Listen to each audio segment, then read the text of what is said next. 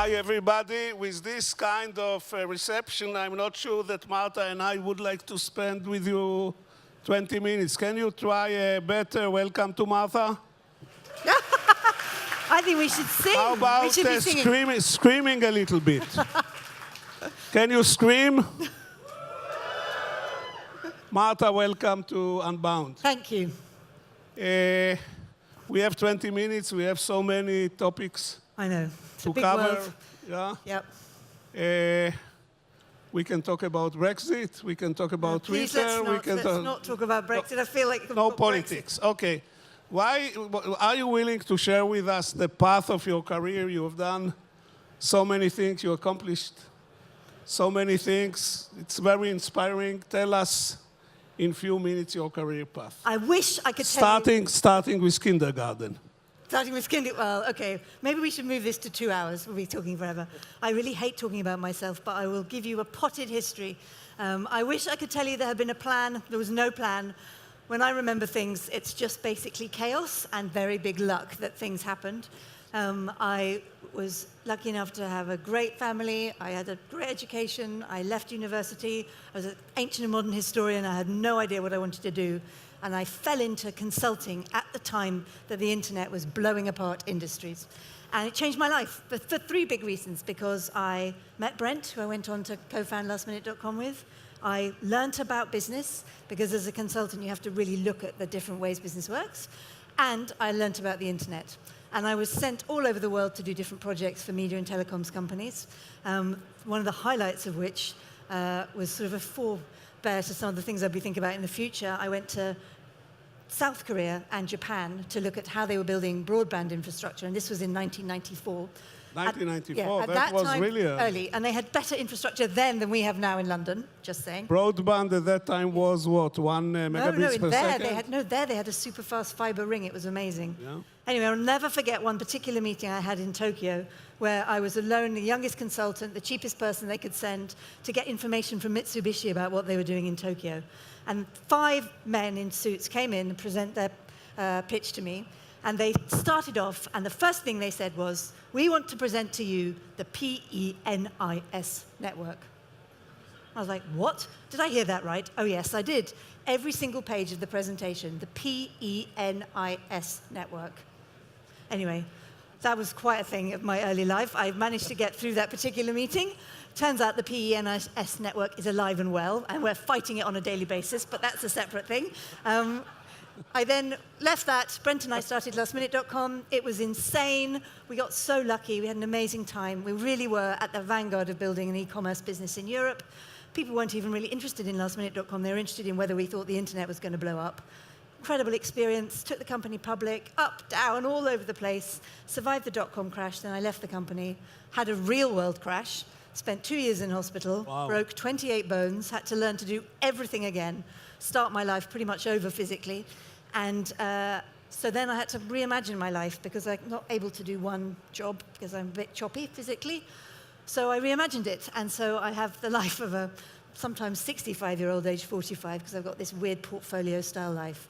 But it's kind of fun because you can do lots of different pockets of things. Yeah, that sounds really great. What is your current buckets of activities? Well, I sit really in the middle of public and private sector stuff. So I sit in the House of Lords and I sit on the joint committee in the House of Lords with the House of Commons that oversees the national security strategy. That's pretty interesting. I also sit on the boards of Twitter and Chanel. That's also pretty interesting, quite different styles of businesses, as you can imagine. I started a charity called Doteveryone, and we are focused on building responsible technology. I was really struck a couple of years ago, before this current kind of techlash, that people were feeling increasingly uneasy about technology, and we wanted to do something about that. We wanted to help people understand it better. We wanted to help people in public policy legislate and make better policy. And we wanted to help the companies become a bit more responsible themselves. So I do that. And then also, as some people here may know, I started a business called Lucky Voice, which is a karaoke business. And who's been to Lucky Voice? There, you see, brilliant. Well, I won't make you sing. I might make you sing. If we spend a few minutes on Twitter, on national security, on the future of technology. I missed another one. Then we will be able to have like 3 or 4 minutes. In the future, we will be able to have 3-4 minutes. Chanel. Aye. Yeah, Chanel. Chanel, you are the first woman on Chanel board. Well, to be fair to them, Coco was obviously quite an important figure in the story. Don't want to take too much credit. They had a strange company structure which they've just brought into one company based in London. So it was the first woman on that board. But and how you explain that a product which is used, I guess, I don't know. I'm not using Chanel 5, but really, are you sure? Yeah, but you smell very nice. I guess that the products are mainly used by women. Yes. Or women are only the carrier of the product. Handbags, that's the biggest revenue driver for handbags, I see. That's handbags are by far and away the biggest piece of the profit. And what about perfumes, etc.? Yeah, they are good, but they're still small items with smaller margins. Yeah. So it's all about the accessories. Who from the ladies in the audience is using Chanel product? Can you raise your hand? Oh, not as many as Lucky Voice. Yeah, Who of the males in the product like to see or smell Chanel products? Can you raise your hand? This audience is not very collaborative. I have this problem from the morning. I think they don't understand my accent. I think Chanel has a problem with younger people. I'm going to take that away. That's what I'm going to take away. Okay, let's go to Twitter for. Yeah. Twitter became like the ultimate tool, the weapon of mass destruction for politicians all over the world. Nope. Yes, well, it's interesting, isn't it? I mean, Twitter's complex role in the world is fascinating because, as you know, it's so different and distinct from those other big platforms. Twitter has huge reach, 350 million people, but that's not Facebook's 2 billion. It's only just made a profit, doesn't have a huge cash pile. It's such a different dynamics to the business. And yet, it has amplification. Exactly, and the amplification in the kind of offline world is extraordinary. So I say this all the time. I think what happens on Twitter is one set of things, but then how Twitter gets taken by broadcast news, by newspapers, by other online platforms, and becomes the story. That's where it just has this reach that's quite phenomenal. Yet alone, through those partnership networks. In Twitter, I was involved in a product which was very popular at the time, called ICQ. At that time, like 25% of the internet users used it. Yeah. And the people which were most surprised from the success of the product were ourselves. We were sitting and scratching our head and asked ourselves why the people are coming and download it. How you people in Twitter explain to yourself, or do you, or are you amazed of how it became the ultimate tool of politicians to talk to their audiences? I think that of course, when you grow from nothing to 350 million users in a few years, it's surprising. Yeah. And I think, of course, the founders, Jack, who still runs the company, and Ev, who's on the board, are still sort of catching up with the responsibility that that's brought. But they are absolutely all over the responsibility that they now have in the world. Yeah. And the fact that, as you say, it is used a lot by politicians, but also by the media themselves. So, the hyper kind of super users of Twitter are often not just politicians, but newspaper editors, journalists, and so on, which just makes it a very important platform. Yeah, I had the irony, this is a funny story, when there was the attack on Parliament, well, not funny, the attack on Parliament a year or two ago, whenever it was that very tragically the policeman died and there's people on Westminster Bridge. I was in lockdown in my very horrible office in one end of Parliament, and I couldn't hear any of the announcements, and it was a bit chaotic in the building. The only way I could find out what was going on was because there were so many MPs at the other end of the building on Twitter telling everybody where they were and what was happening. So, it's such an extraordinary tool, and I don't think that that's the use case that they built for, but it's definitely, understanding what's going on and being part of the world now is the use case they're building for now. Yeah, now you know that people are mining Twitter to know what's going on in every specific domain or area or location. There is always somebody who is doing tweeting, so it's really kind of a map of the things which are going today. It's not like Google that you have to wait until the crawlers will come and crawl your page in 3 hours or 4 hours or 2 days. And it's not like Facebook because it's open. So tell me, is it in a sense a proxy to the very short attention span of current people? It's a hard one, that, isn't it? It's hard to know whether Twitter has been the enabler of that or whether it's a reflection of where we were going as a society. I don't think I know the answer. But what I feel very strongly is we are where we are.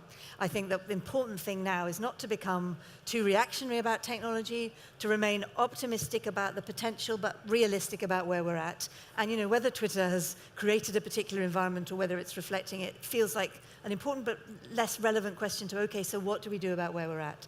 And enabling people to understand about authenticity, context, identity, all those things. I think those are the jobs that we have to do, and those are the jobs that Twitter are thinking about. I will come to it, but I must tell you a little story which I'm sure you heard about the competition to make the shortest story in the world, which will have 3 topics, which is suspension, sex, and religion. Yep. You know the story? So the winner created a story which covers suspension, sex, and religion in 26 characters. Oh, yes. And the story went like this. Oh my God, I am pregnant, but from whom? Story of the Bible, right? Yeah, so you got...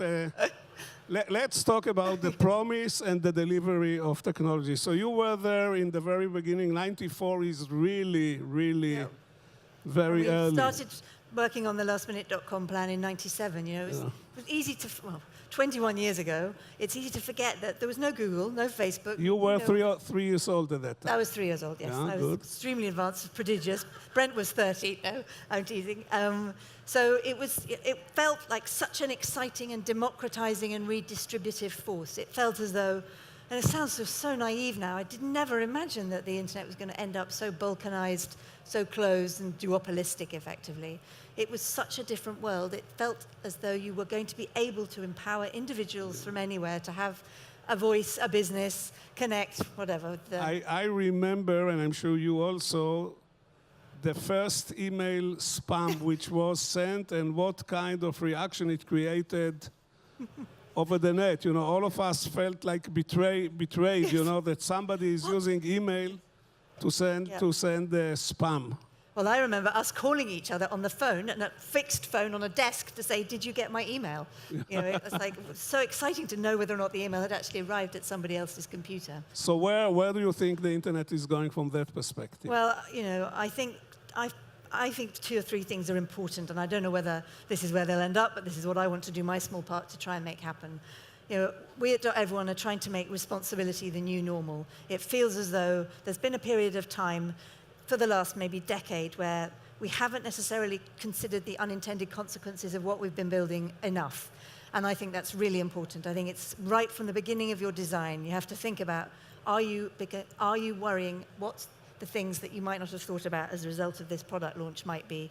So I think we have to put responsibility at the core of how we build technology. That means a different relationship with your user or your citizen or your subscriber or whatever it might be, more transparency, more openness about the business model, and more diversity. That's absolutely crucial. And do you think it can be reached by voluntary measures only, or you need to do regulation in order to enforce it? I think it's system change. So I think you need all 3 pieces of the puzzle. I think we as individuals need to get a bit wiser about technology, not feel overpowered by it, but feel as though we're in control of it. And I think that's about, you know, teaching and helping people understand what those transactions, opaque and transparent, might be.